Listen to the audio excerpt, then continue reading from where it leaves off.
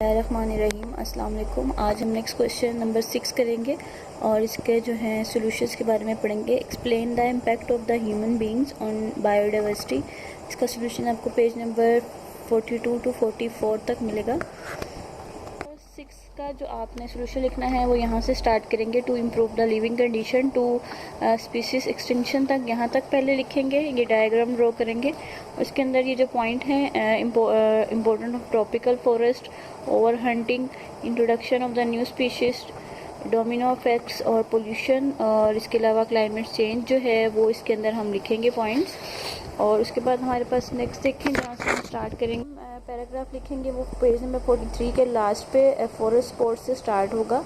और नेक्स्ट जो है पेज नंबर 44 इसके ओवर हंटिंग तक है जो 6 का जो हम आंसर लिखेंगे।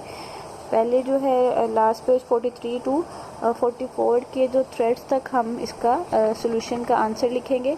और ये क्वेश्चन जो है वो लास्ट पीछे जो आपको पेज बताया गया था यहाँ से स्टार्ट होगा, to improve the living condition.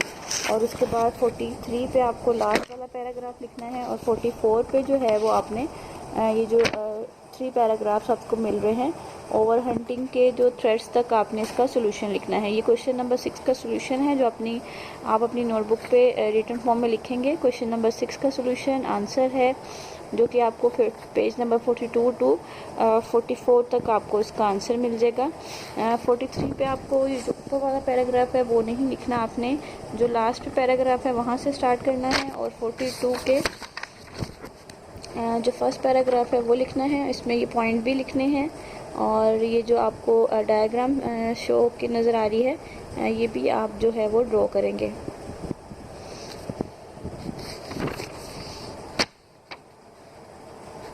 ये सारा जो आपने पैराग्राफ्स हैं उसके अंदर लिखना है। आप इसको पॉइंट्स बना के भी लिख सकते हैं और आप इसको इस तरह से भी एक्सप्लेन कर सकते हैं।